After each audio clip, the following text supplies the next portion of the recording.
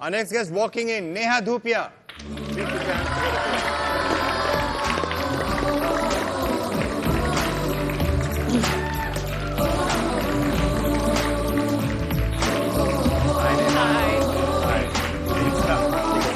Hi, Bama.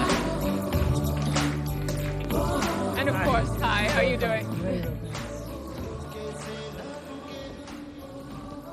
Okay, so, it's worth, Neha, we've just got the news that we are up to 82 schools, and it's probably time for us to just remind ourselves as to what is actually happening in all these schools. And the fact is that it's a figure that I've struggled to deal with ever since I first heard it. That 40% of schools, of government schools, especially in rural areas, don't have separate toilets for girls and boys.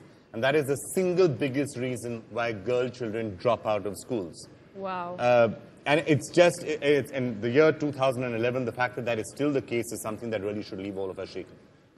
I totally agree with what you're saying. I think that, education in our country needs to go just beyond textbooks. It's all about, like, Sachin would agree, starting from, pushing kids into looking after sport, looking after co-curricular activities, looking after sanitation. All those things are extremely important. And there is a huge population in our country which is extremely shy.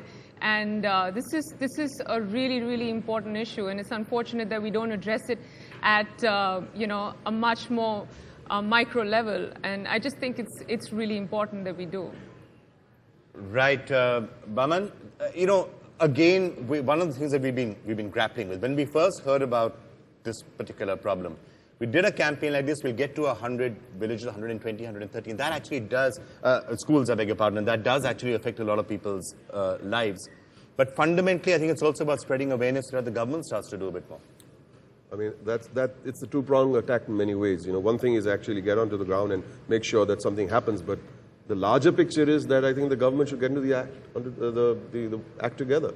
Well, I'd just like to interrupt. I think that, while we're out there passing this whole message of raising funds and education and things like that, it's very important that there has to be a huge check, because there's also been this huge talk about corruption, and the money needs to be siphoned into the right direction. Until the time that's not done, and made sure that all the funds, not only us, but all the funds sort of revolving around the country and the government for education, is it really going in the right direction? And I don't know how many people are willing to address that. NDTV's cricket app, Android and iPhone, fastest scorecard, special analysis, and much more. Download free. ndtv.com/apps.